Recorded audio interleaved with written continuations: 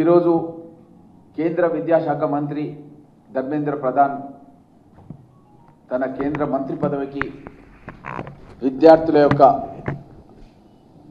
విజయంగా భావించాల్సిన అవసరం ఉంది.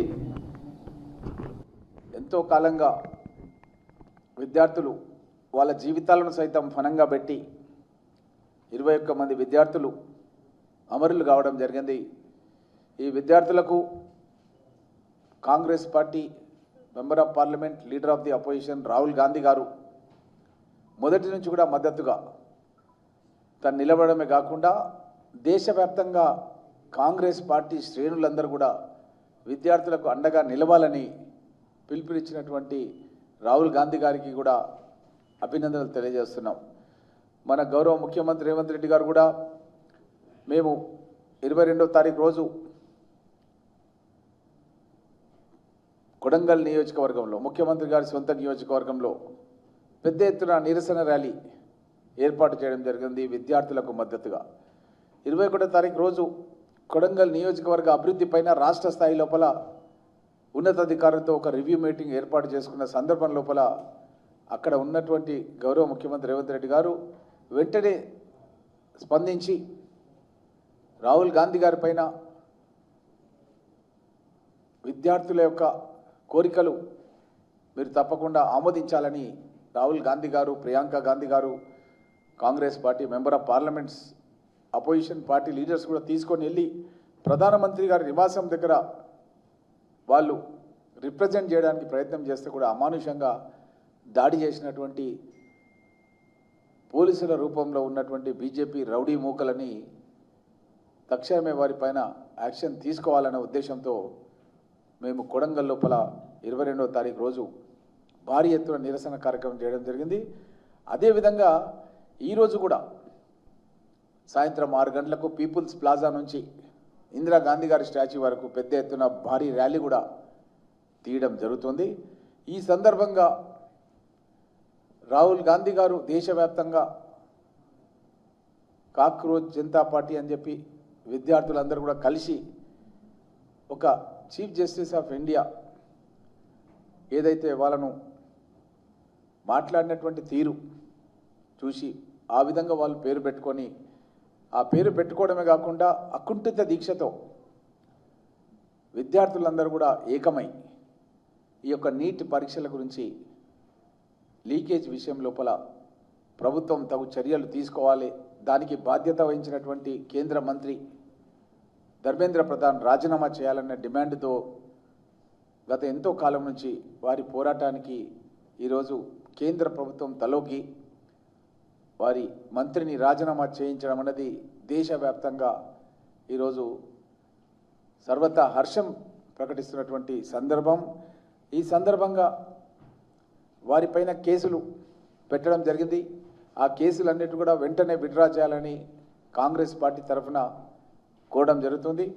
అదేవిధంగా 21 మంది విద్యార్థులు ఎవరైతే ఈ విద్యార్థి ఉద్యమానికి నాయకత్వం వహించడంలో భాగంగా చనిపోవడం జరిగిందో వారి కుటుంబాలను ఆదుకోవడానికి ₹1 కోటి కాంపన్సేషన్ ఇవ్వాలని కూడా డిమాండ్ చేయడం జరిగింది. దాన్ని కూడా ప్రభుత్వం వెంటనే చెల్లించాలని కూడా కాంగ్రెస్ పార్టీ తరఫున డిమాండ్ చేస్తూ, గతంలో కూడా మీకు అందరూ కూడా తెలుసు, కేంద్ర ప్రభుత్వం రైతు వ్యతిరేక నల్ల చట్టాలను తీసుకోవడం జరిగింది.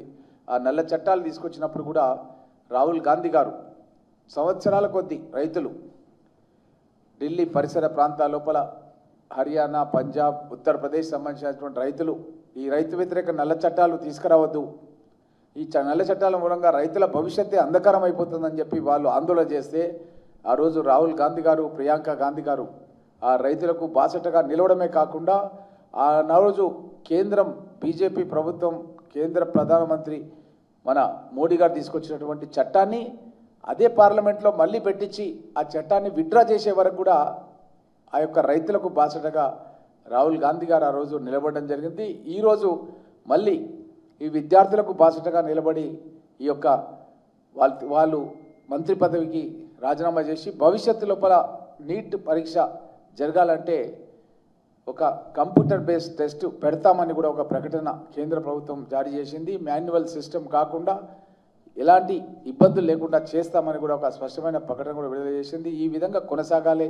ఎందుకంటే విద్యార్థులు ఎంతో కష్టపడి వాళ్ళు స్కూల్ నుంచి వాళ్ళు under graduation, post graduation, MBBS, post graduation వరకు ఎంతో కష్టపడి వాళ్ళు చదువుకున్న సందర్భం లోపల వాళ్ళ యొక్క ఎంట్రన్స్కు సంబంధించినటువంటి పేపర్సే లీకేజ్ అయితే, ఒకటి కాకుండా ఇన్నిసార్లు లీకేజ్ అయితే వాళ్ళ జీవితమే అంధకారమవుతున్నటువంటి సందర్భం లోపల ఈరోజు విద్యార్థులకు వారి కుటుంబాలు వాళ్ళకు బాసటగా నిలిచి వారికి సహకరించడానికి కూడా మనమందరం కూడా చూసినాం. ఎంతోమంది హైదరాబాద్ నుంచి కూడా ఫుడ్ ప్యాకెట్స్ జొమాటో ద్వారా కానీ ఇంకా స్విగ్గీ ద్వారా కానీ వేరే వేరే మాధ్యమాల ద్వారా బుకింగ్ చేసి హైదరాబాద్ నుంచి కూడా పంపించడం జరిగింది విద్యార్థుల ఆకలి తీర్చడానికి అని చెప్పి. ఈ విధంగా దేశవ్యాప్తంగా విప్లవాత్మకమైనటువంటి ఉద్యమాన్ని నడిపినటువంటి ఈ విద్యార్థులకందరూ కూడా అభినందనలు తెలియజేస్తూ, అదేవిధంగా మా నాయకుడు రాహుల్ గాంధీ గారు ఈ యొక్క ఉద్యమానికి బాసటగా నిలిచి దేశవ్యాప్తంగా కాంగ్రెస్ పార్టీ శ్రేణులందరూ కూడా అప్రమత్తం చేసి అందరూ కూడా ఈ ఉద్యమానికి బాసటగా నిలిచినందుకు రాహుల్ గాంధీ గారికి కూడా అభినందనలు తెలియజేస్తూ, అదేవిధంగా ఒక విషయం చెప్పదలుచుకున్నాను. ఈ మధ్యకాలం లోపల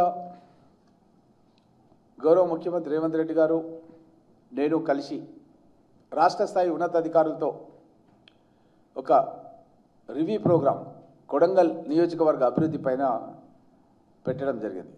ఆ రివ్యూ ప్రోగ్రాం జరుగుతున్న సందర్భం లోపల కాంగ్రెస్ ప్రభుత్వం వచ్చిన తర్వాత ఏ విధంగా అభివృద్ధి కార్యక్రమాలు కొనసాగుతున్నాయని తెలియజేయడానికి నేను ముఖ్యమంత్రి గారితో ఒక విషయం చెప్పాను. గతంలో నేను 2014లో శాసనసభ్యుడిగా ఉన్నప్పుడు,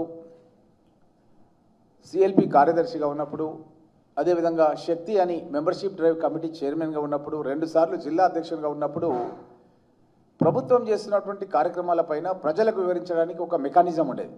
ఆ మెకానిజం ఏంటంటే మండల స్థాయి లోపల మండల ప్రజాపరిషత్ కార్యాలయం లోపల అక్కడ ఉన్నటువంటి సర్పంచులు, ఎంపీటీసీలు, జెడ్పీటీసీలు, ఎమ్మెల్యే, మండల స్థాయి అధికారులు, నియోజకవర్గ స్థాయి అధికారులు కూర్చొని ప్రభుత్వం ఏమేం పథకాలు అమలు చేస్తుంది, ఆ ప్రభుత్వ పథకాలు గ్రామాల వారీగా ఏ విధంగా ఏ స్థాయి లోపల అభివృద్ధి చెందుతున్నాయనే విషయాలని అక్కడ ఉన్నటువంటి స్థానిక ప్రజాప్రతినిధులకు చెప్పి ఆ యొక్క పనులను గ్రామాల లోపల ప్రచారం కలిగించి దానికి సంబంధించినటువంటి బెనిఫిషరీస్ కానీ లబ్ధిదారులు కానీ ఎవరున్నారో గుర్తించి వాళ్ళకి సంక్షేమ పథకాలు అందించే కార్యక్రమం జరిగేది. కానీ గత 2.5 సంవత్సరాల కాలం లోపల మన దేశంలో ఏ రాష్ట్రంలో లేననే అభివృద్ధి కార్యక్రమాలు జరుగుతున్నాయి. ఉదాహరణకు నేనే ఈ కార్యక్రమాలు చేయాలన్న ఉద్దేశంతో నా నియోజకవర్గంలోని అన్ని మండలాల్లో నేను మండల స్థాయిలో ఎమ్మెల్యే స్థాయి రివ్యూ మీటింగ్స్ అని ఏర్పాటు చేసినాను. పూడూరు మండల్, పరిగి మండల్, అదేవిధంగా దోమ మండలం, కొల్కచర్ల మండలం, చౌడాపూర్ మండలం, మహమ్మదాబాద్ మండలం, ఈ విధంగా అన్ని మండలాల్లో కూడా రివ్యూ ప్రోగ్రామ్స్ ఏర్పాటు చేసిన. ఆ రివ్యూ ప్రోగ్రామ్స్కి నియోజకవర్గ స్థాయి అధికారులు, మండల స్థాయి అధికారులు, అన్ని శాఖల అధికారులను పిలిపించి సర్పంచ్లను కూడా పిలిచి ఒక దశ దిశ నిర్దేశం చేసే విధంగా. ఇంతవరకు కొత్తగా గెలిచిన సర్పంచ్లకు ఆ మండల స్థాయి అధికారులు ఎవరో కూడా పరిచయం లేకుండే, ఏం కార్యక్రమాలు అభివృద్ధి అవుతున్నాయో కూడా వాళ్ళకి అవగాహన లేదు. అలాంటిది నేను వారికి అవగాహన కల్పించి వాళ్ళ ఫోన్ నెంబర్స్ అన్నిటి కూడా మండల స్థాయి అధికారులు అన్నిటి కూడా వాళ్ళ దగ్గర ఫీడ్ చేయించి అన్ని కార్యక్రమాల గురించి రివ్యూ కార్యక్రమం ఏర్పాటు చేసిన. చాలా సక్సెస్ఫుల్గా జరిగింది. ఎలా జరిగిందంటే మీకు ఒక విషయం చెప్తున్నాను. ఉదాహరణకు 9 రోజులు 9,000 కోట్ల రూపాయలు అని చెప్పి ప్రభుత్వం రైతు భరోసా పథకాన్ని ప్రవేశపెట్టి ఇప్పటి వరకు మనం 4 సార్లు వేసినాం. మొన్ననే 15 రోజుల కింద 9 రోజులు 9,000 కోట్ల రూపాయల లోపల నా నియోజకవర్గం లోపల 7 మండలాల్లో ఒక్కొక్క మండలంలో యావరేజ్గా 18 కోట్లు 20 కోట్లు ఒకరొకరు ఖాతాలు పడ్డాయి.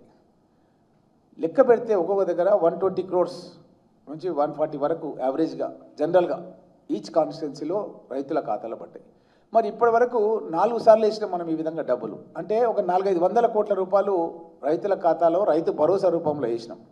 అదేవిధంగా 300 కోట్ల రూపాయలు యావరేజ్ రైతు రుణమాఫీ చేసినాం. ఒకే ఒక్కసారి 2 లక్షల రూపాయల వరకు రైతు ఎంత అప్పు ఉంటే అంత అప్పు, ఏ బ్యాంకులో అప్పున్నా సరే మనం 2 లక్షల రూపాయల వరకు రుణమాఫీ చేసినాం. మరి ఇవి ఒక 400, అవి ఒక 300, 700 కోట్ల రూపాయలు రైతుల ఖాతాలో జమ అయిపోయినాయి, అకౌంట్లో ట్రాన్స్ఫర్ అయినాయి. దీనికి సంబంధించిన డాటా మొత్తం నా దగ్గర ఉన్నది.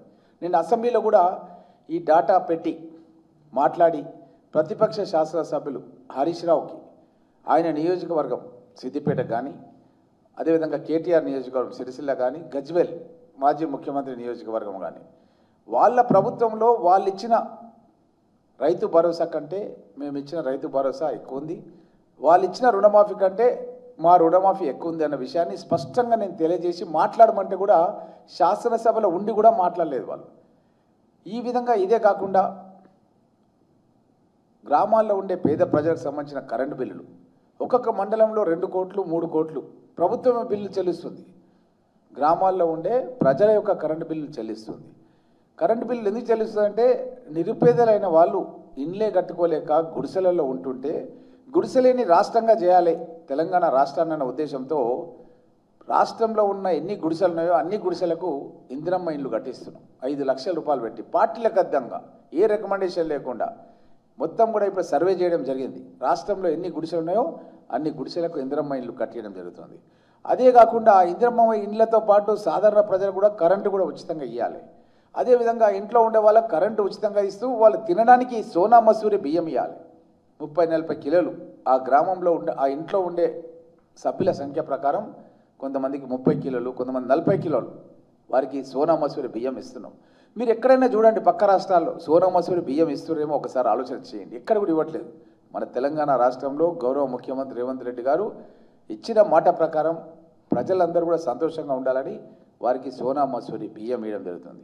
మరి ఇదే కాకుండా ఎట్లయితే ఇందిరమ్మ రోటీ కపడవర్ మకాన్ అన్నదో తినడానికి తిండి, ఉండడానికి ఇల్లు, కట్టుకోవడానికి బట్ట, పేదవాళ్ళ యొక్క కనీస అవసరాలను గుర్తించినటువంటి ఇందిరమ్మను ఆదర్శంగా తీసుకొని పేదవాళ్ళందరూ కూడా వాళ్ళు మంచి బట్టలు కట్టుకోవాలని ఇందిరమ్మ చీరలు కూడా గత ప్రభుత్వం ఇచ్చినటువంటి చీరలు చౌకబారు చీరలు ఉంటే వాళ్ళు వ్యవసాయం పనులకు చేనుల దగ్గరనో ఎక్కడనో అవి పిట్టలు రాకుండానో పందులు రాకుండానో ఆ చీరలు కట్టుకుంటుంటాయి. అట్లాంటిది ఈరోజు ఏ ప్రోగ్రాం పోయినా ఏ మీటింగ్ పోయినా ఒక సౌభాగ్యవతిలాగా ఒక ఇంటి ఆడపడుచులాగా మహిళలందరూ కూడా ఇందిరమ్మ చీరలు కట్టుకొని రావడం అనేది మేము చూస్తున్నాం. ఇవే కాకుండా మహిళలు కోటీశ్వరులు కావాలంటే ఒక లక్ష్యం ఉండాలి. ఆ లక్ష్య సాధన గురించి వాళ్ళకి ఒక్కొక్క మండలంలో మనం 20 కోట్లు 30 కోట్లు వడ్డీ లేని రుణాల కింద ఇచ్చి దాని ద్వారా వచ్చినటువంటి లాభాన్ని వాళ్ళ యొక్క సంఘాల ఖాతాలలో జమ చేసినాం. ఒక్కొక్క మండలంలో 2 కోట్ల రూపాయల వరకు జమ చేసినాం. ఇదే కాకుండా ఒక్కొక్క మండలికి ఒక బస్సు కొన్నాం, ఆర్టీసీ బస్సు కొని స్థానికంగా ఏ డిపోలో అయితే అవసరం ఉంటుందో ఆ డిపోకు ఆర్టీసీ బస్సు కాంట్రాక్ట్ ఇచ్చేసి ఆ యొక్క వచ్చే డబ్బును కూడా మహిళా సంఘాలకే ఇస్తున్నాం. ఈ విధంగా కాంగ్రెస్ ప్రభుత్వం వచ్చిన తర్వాత ఆడపడుచులకు మహిళలకు ఆర్టీసీ బస్సులలో ఉచిత ప్రయాణం కల్పించడమే కాకుండా గ్రామాల లోపల సీసీ రోడ్లు ప్రతి గ్రామంలో 90% వరకు సీసీ రోడ్లు వేయడం అనేది పూర్తి అయిపోయింది. ఇప్పుడు ప్రతి గ్రామంలో ఎక్కడ కూడా లేవు, 10-20% తప్ప లేవు సీసీ రోడ్లు వేసేసినాం. ప్రతి గ్రామంలో మహిళా సంఘం బిల్డింగ్ కట్టిస్తున్నాం. ఇప్పుడు వర్క్ నడుస్తుంది. మహిళా సంఘం బిల్డింగ్ ప్రతి గ్రామంలో కడుతున్నాం. మహిళలు సంతోషంగా ఉండాలంటే మహిళలు చెట్టు కింద కూర్చొని మాట్లాడడం కాదు, వాళ్ళు ఒక చెత్తేసినటువంటి ఆర్సీసీ స్లాబ్ ఉన్నటువంటి ఒక ఆఫీస్ కార్యాలయం మహిళలకు ఉండాలి, వాళ్ళ గౌరవం ఉండాలని వాళ్ళకు ఒక 10 లక్షలు పెట్టి ప్రభుత్వం ద్వారా ఒక మహిళా సంఘ భవనం కట్టించి దాని పక్కనే మహిళల గురించి ఒక వర్క్ షెడ్ కట్టిస్తున్నాం. ఆ వర్క్ షెడ్ ఎందుకంటే వాళ్ళు కుట్టు పనులు కానీ తిను బండారాలు తయారు చేయడం కానీ ఇంకేదైనా పనులు చేసుకొని వాళ్ళు కొంత వ్యాపార లావాదేవీలు చేసుకోవాలంటే కూడా వాళ్ళకు ఒక వర్క్ ప్లేస్ అనేది ఉండాలనే ఉద్దేశంతో 10 లక్షలు పెట్టి ప్రతి గ్రామంలో కూడా ఒక వర్క్ షెడ్ నిర్మాణం కొనసాగుతుంది. ఈరోజు ప్రతి గ్రామంలో కూడా పాఠశాలల కాంపౌండ్ వాల్స్ నిర్మాణం కొనసాగిస్తున్నాం. ఇవే కాకుండా ఈ మధ్యకాలం లోపల హ్యామ్ రోడ్స్ పథకం కింద అది ఆర్ఎండ్బి డిపార్ట్మెంట్ కావచ్చు, పంచాయతీరాజ్ డిపార్ట్మెంట్ కావచ్చు, పెద్ద ఎత్తున యావరేజ్గా ఒక్కొక్క నియోజకవర్గానికి ఒక 3-4 కోట్ల నుంచి 300-400 కోట్ల నుంచి ఒక 500-600 కోట్ల రూపాయల వరకు శాంక్షన్స్ వచ్చినాయి. నా నియోజకవర్గంలో గత 2.5 సంవత్సరాల కాలం లోపల కాంగ్రెస్ ప్రభుత్వం రేవంత్ రెడ్డి గారు ముఖ్యమంత్రి అయిన తర్వాత దగ్గర 1700 కోట్ల రూపాయలతో కాన్స్టిట్యున్సీలో ఉన్న రోడ్స్ అన్నీ కూడా సింగిల్ రోడ్స్ అన్నీ కూడా డబుల్ రోడ్స్ అయిపోతున్నాయి. డబుల్ రోడ్స్ అన్నీ కూడా 4 లైన్ల రోడ్లుగా పనులు జరుగుతున్నాయి. ఈరోజు వర్క్స్ జరుగుతున్నాయి. పరిగి నుంచి షాద్నగర్ పోవాలంటే 4 లైన్ల రోడ్, పరిగి నుంచి వికారాబాద్ పోవాలంటే 4 లైన్ల రోడ్డు, గడ్సింగాపూర్ నుంచి రంగారెడ్డిపల్లికి పోవాలంటే డబల్ రోడ్డు, లాల్పాడ్ నుంచి అంగడిచిట్టంపల్లికి పోవాలంటే డబల్ రోడ్డు, అప్పా జంక్షన్ నుంచి మన్నెగూడకు పోవాలంటే 4 ట్రాక్ రోడ్ 4 లైన్ల రహదారి. అదేవిధంగా మన్నెగూడ నుంచి రావులపల్లికి పోవాలంటే కూడా 4 లైన్ల రోడ్కి డిపిఆర్ శాంక్షన్ అయింది. అదేవిధంగా ఒక రేడియల్ రోడ్ మన 17 ఎగ్జిట్ ఎయిర్పోర్ట్ నుంచి ఒక 6,000 కోట్ల రూపాయలతో ఒక రేడియల్ రోడ్, అది మన పరిగి కాన్స్టిట్యున్సీలో ఉన్న ఆల్ ఇంపార్టెంట్ రోడ్స్. ఒకటి మన పరిగి షాద్నగర్ రోడ్ మధ్యలో సైదుపల్లి దగ్గర, అదేవిధంగా రాఘాపూర్ నంచర్ల లోపల మైలారం టెంపుల్ దగ్గర, అదేవిధంగా నెక్స్ట్ అనంతరెడ్డిపల్లి మన దిర్సంపల్లి మధ్య, ఈ విధంగా చేస్తూ కోజ్గి వరకు పోయే 6,000 కోట్ల రూపాయలతో పెద్ద ఎత్తున జాతీయ స్థాయిలో, రాష్ట్ర స్థాయిలో, అంతర్జాతీయ స్థాయిలో వచ్చే పరిశ్రమలకు కూడా భూములు కేటాయిస్తూ ఈ రేడియల్ రోడ్ అనేది పోవడం. అదేవిధంగా మా కాన్స్టిట్యున్సీకి 3 కిలోమీటర్ల దూరంలో బొమ్రాజ్పేట్ మండల్ లోపల గౌరవ ముఖ్యమంత్రి గారు ఒక మెడికల్ కాలేజ్ కన్స్ట్రక్షన్ నడుస్తుంది, ఒక ఇంజనీరింగ్ కాలేజ్ కన్స్ట్రక్షన్ నడుస్తుంది, వెటర్నరీ కాలేజ్ కన్స్ట్రక్షన్ నడుస్తుంది, అగ్రికల్చర్ కాలేజ్ కన్స్ట్రక్షన్ నడుస్తుంది, యంగ్ ఇండియా ఇంటిగ్రేటెడ్ స్కూల్ ప్రతి కాన్స్టిట్యున్సీలో ఒక 200 కోట్ల రూపాయలు పెట్టి ఎస్సీలకు, ఎస్టీలకు, బీసీలకు, మైనార్టీలకు ఒకే ప్రాంగణం లోపల 25,000 ఎకరాల ప్రాంగణం లోపల school buildings, hostels, football court, cricket court పెద్ద ఎత్తున 25 ఎకరాల ప్రాంగణం లోపల ప్రతి కాన్స్టిట్యున్సీ హెడ్ క్వార్టర్లో అత్యంత వేగంగా ఈరోజు పనులు జరుగుతున్నాయి. ప్రతి నియోజకవర్గంలో ఎమ్మెల్యే రికమెండ్ చేసే దగ్గర ఒక తెలంగాణ పబ్లిక్ స్కూల్, అన్ని వసతులతో తెలంగాణ పబ్లిక్ స్కూల్ అనేది ఏర్పాటు చేస్తున్నాం. ప్రతి స్కూల్లో కూడా బ్రేక్ఫాస్ట్ ఇస్తున్నాము, లంచ్ ఇస్తున్నాం, షూస్ ఇస్తున్నాం, డ్రెస్ ఇస్తున్నాం, బుక్స్ ఇస్తున్నాం. ఇవన్నీ కూడా ఎక్కడ కూడా ఎలాంటి ఇబ్బందులు విద్యార్థులకు రావద్దన్న ఉద్దేశంతో ఈరోజు కాంగ్రెస్ ప్రభుత్వం పెద్ద ఎత్తున ఈరోజు అభివృద్ధి కార్యక్రమాలు కొనసాగిస్తుంటే, ఈ యొక్క రాష్ట్రంలో ఉన్నటువంటి బీఆర్ఎస్ పార్టీ నాయకులు కాంగ్రెస్ ప్రభుత్వం చేస్తున్నటువంటి అభివృద్ధి కార్యక్రమాలకు సోషల్ మీడియా ద్వారా విదేశాలలో, అంటే అది సింగపూర్ కావచ్చు, దుబాయ్ కావచ్చు, ఇంకా వేరే దేశాలు కావచ్చు, అక్కడి నుంచి సోషల్ మీడియా నడిపిస్తూ ముఖ్యమంత్రి గారిపైన, మా మంత్రులపైన అనుచిత వ్యాఖ్యలు, చాలా బ్యాడ్ ప్రాపగండా, అంటే అసలు మాట్లాడలేని భాష, అలాంటి భాషలో కుటుంబ సభ్యులను సైతం పేడ్ ఆర్టిస్టులను పెట్టి తిట్టించడం, ఈ విధంగా చేస్తుంటే చాలా బాధ అనిపిస్తుంది. మా ప్రాంతానికి తీరని అన్యాయం చేసి మా ప్రాంతానికి లాభం చేయడానికి ప్రయత్నం చేస్తున్న ముఖ్యమంత్రులపైన, మంత్రులపైన ఈ విధంగా వీళ్ళు ప్రచారం చేస్తున్నారు. గతంలో నేను రాజశేఖర రెడ్డి గారు ముఖ్యమంత్రిగా ఉన్నప్పుడు ప్రాణహిత చేవెళ్ళ ఆదిలాబాద్ నుంచి సముద్రానికి పోయే నీళ్ళని కాలువల ద్వారా పరిగి వరకు తీసుకురావాలని వికారాబాద్ బ్లాక్ గ్రౌండ్లో రాజశేఖర రెడ్డి గారిని అడిగి నేను శాంక్షన్ చేయించుకుంటే, గతంలో ముఖ్యమంత్రిగా పనిచేసిన కేసీఆర్ నేను శాంక్షన్ చేయించుకున్న ప్రాజెక్టు పనులను సైతం రద్దు చేసి, ట్రాన్స్ట్రా ఇండియాకు 1,060 కోట్ల పనులను రద్దు చేసి కొండపోచమ్మ రిజర్వాయర్కు తరలించుకొని పోయిండు మెదక్ జిల్లాకు. మా నోటి దగ్గరకు వచ్చిన అన్నాన్ని కొట్టేసారు ముఖ్యమంత్రి రేవంత్ రెడ్డి గారు. మొన్న మధ్య కాలం లోపల 2 రోజులు రివ్యూ పెట్టిండు. ఈ యొక్క పాలమూరు రంగారెడ్డి లిఫ్ట్ ఇరిగేషన్ కింద ఉన్నటువంటి ప్రాజెక్ట్ సైట్స్ శ్రీశైలం బేసిన్ నుంచి స్టార్ట్ చేస్తే ఉద్దండాపూర్ వరకు ప్రతి ప్రాజెక్ట్ సైట్ దగ్గరకు వచ్చి ఆ ప్రభుత్వంలో భూసేకరణకు సంబంధించిన డబ్బులు కూడా ఉద్దండాపూర్ ప్రాజెక్టుకు చెల్లించకపోతే ఇరిగేషన్ ఆఫీసర్స్ వెంటబెట్టుకొని, ఎమ్మెల్యేలను వెంటబెట్టుకొని, కలెక్టర్లను వెంటబెట్టుకొని అక్కడే ఆదేశాలు ఇచ్చి భూసేకరణ డబ్బులు రిలీజ్ చేసి కొందుర్గు, పరిగి, లక్ష్మీదేవిపల్లి, నా నియోజకవర్గం పరిగితో పాటు వికారాబాద్, తాండూర్, చెవెళ్ళ, షాద్నగర్ ఈ అన్ని నియోజకవర్గాలకి 4,13,000 ఎకరాలకు సాగునీరు, తాగునీరు ఇచ్చే విధంగా ఆదేశాలు ఇచ్చి భూసేకరణ వెంటనే చేయాలని ఆదేశాలు ఇస్తే ఇప్పుడు భూసేకరణ కొనసాగుతుంది. 1,300 ఎకరాలు నా కాన్స్టిట్యున్సీలో పరిగిలో భూసేకరణకు కేటాయించబడ్డది. దాని డబ్బులు డిపాజిట్ చేయడం జరిగింది. ఒక రేడియల్ రోడ్ డబ్బులు డిపాజిట్ చేయడం జరిగింది. Industrial township Telangana industrial infrastructure corporation ద్వారా ఆల్రెడీ దాన్ని పేమెంట్ చేయడం జరుగుతుంది. ఈ విధంగా ఇంత పెద్ద ఎత్తున అభివృద్ధి కార్యక్రమాలు చేస్తూ మన రాష్ట్రానికి గతంలో కాంగ్రెస్ ప్రభుత్వం ఉన్నప్పుడు Jawaharlal Nehru outer ring road అనేది ఏర్పాటు చేసినాం. అసలు ఈ యొక్క ఔటర్ రింగ్ రోడే లేకుండా ఈరోజు హైదరాబాద్ మనం ఊహించలేము.